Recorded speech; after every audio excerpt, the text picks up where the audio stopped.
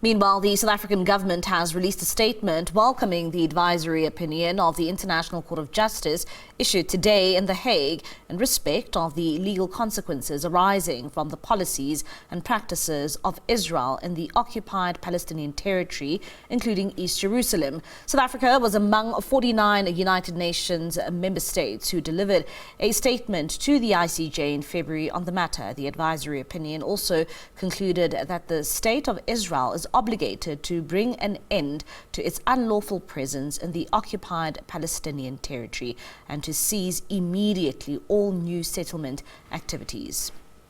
For more on this and for the latest reaction, we are now joined in studio by Alie Komape. He is from the Africa for Palestine group and he joins us now. Ali, thank you so much for your time this evening here in SABC News. First, let's get your reaction as Africa for Palestine when it comes to that ruling from the ICJ.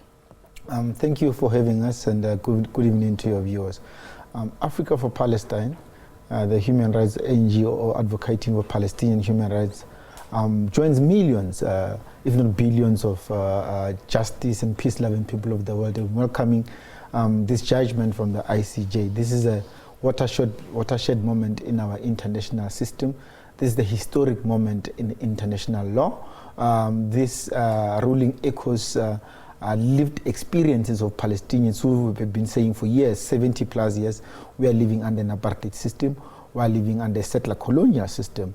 This echoes several reports from human rights organizations, including Israeli human rights organization, B'Tselem, including the Human Rights Watch, including Amnesty International, reputable international human rights organization that said Israel practices apartheid, Israel is a colonial settler state. And when it comes to this ruling, what would you say it immediately means for the people of Palestine?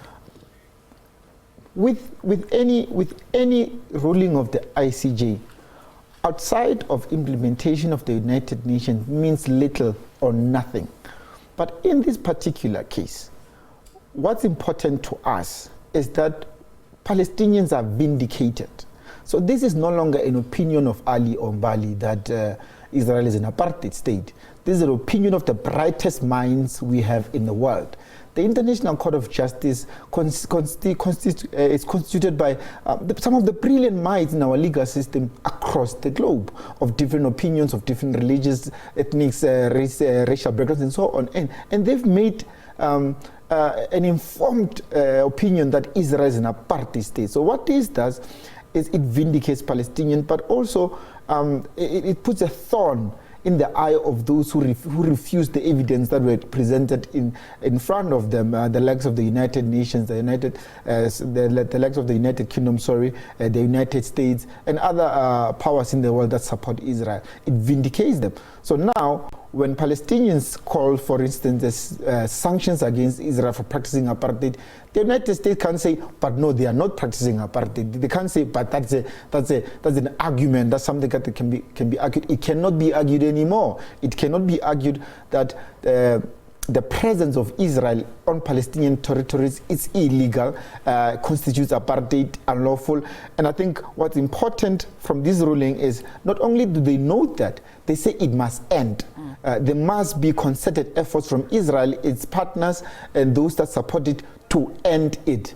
Coming to Israel, I'm sure you saw the comments from the Israeli Prime Minister Benjamin Netanyahu, basically calling the ruling as absurd and also going as far as saying that Jewish people can't be occupiers of their own land. What do you make of his comments? It's crazy. It's madness. I think Netanyahu has lost his marbles, him and his, what you call a genocide war cabinet. So Netanyahu has been saying for a number of years that in his government that the lands that have been taken over by Israel, the settlements that have been built on Palestinian territories by Israel are under a disputed territory. Disputed by who? Our international system says, for example, for argument's sake, our international system says we love our neighbors, Lesotho. I'm just making an example. Our international system that there is a borderline of territory of Lesotho and South Africa in the Free State, let's say. South Africans can't say, no, we are taking 2/3 of Lesotho because we think it's disputed. Disputed by who? By us. So Palestinians in this case are non-people. They don't have an opinion. They don't have a right to self-determination. They don't have a right to land. It is disputed by them. That is pure madness. You simply can't go and steal other people's land and say it is disputed. And of course, they've been saying it for some time. But when we look in history, and I think history is the best teacher, when Israel was established in 1948, sorry, a fact that is not common. Israel is not, there's nothing historic about Israel. It's a very new state. It's like South Sudan that was now established. It's a very new state. There's nothing historic about it. When it was established in 1948, those who were at the forefathers of Israel at the time, Ben Gurion and others, said, we want all of the land. We want all of Palestinian land. In fact, in 1967, when the United Nations at the time, the League of Nations, partitioned Palestine to give Israel a particular piece of land, the Palestinians said, we do not accept this. You're taking our land. But for peace sake, we'll take it. The Israelis said, no, we don't want this partition. We want all of the land. So Benjamin Netanyahu and his backers in Israel want all of the land. They don't want half of it. They don't want 70% of it. They don't want 80%. They want all of it. Evidence of this is what's going on in Gaza today. So the continued killing of Palestinians in Gaza is an extermination program by Netanyahu and his lakeys. That was started way before even he was Prime Minister of Israel. It's a historic mission by the Zionist and right-wing Jewish supremacists in the historic land of Palestine to take all of the land. Coming to the issue around, the two-state solution and what it means now that we see this ruling, for the people of Palestine and for the people of Israel, what does it mean when you look at the two-state solution and now this ruling? Funny enough, yesterday, the Knesset, what you would call the Parliament of Israel, passed a historic resolution, a majority of it. They in their resolution, they voted to denounce the two-state solution, right? I think they knew that today the ICJ ruling will deal with the presence of Israel in Palestinian territories. So now the fish has been blown out of the water. So for a long time, people have been saying we are calling for a two-state solution, right? A farce, a facade, a theater show to try and deflect from the real issues on the ground that Israel is stealing Palestinian land. Now, the Knesset resolution of yesterday, the ICJ ruling of today, has blown the fish out of the water. There's no two-state solution. In fact, you can't have a two-state solution in Palestine right now. What about the people of Gaza? What about the people of West Bank? If you look at the map of Palestine, in green you have Palestinian lands, and in blue you have pockets of Israel and Israel settlements almost everywhere.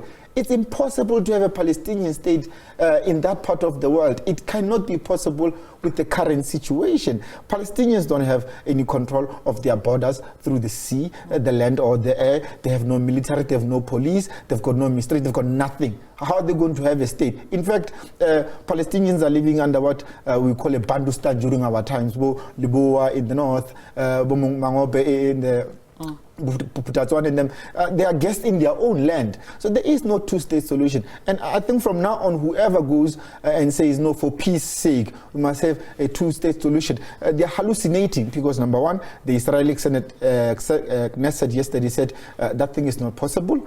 We don't want it. Number two, the International Court of Justice just said today that the presence of Israel in occupied territories is unlawful, is illegal, and it must stop. What do you make of the timing of this ruling, especially during a time where there is the war in Gaza, and also at the same time the country being criticized, the Israeli Prime Minister being criticized for his actions and how he has been treating the situation on the Gaza Strip?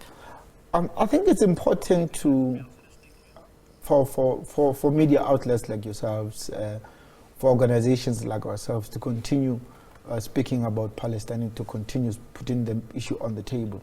What the Israelis have done, for which they think they've been successful, is to kind of take it off the topic, continue killing Palestinians but not shore it.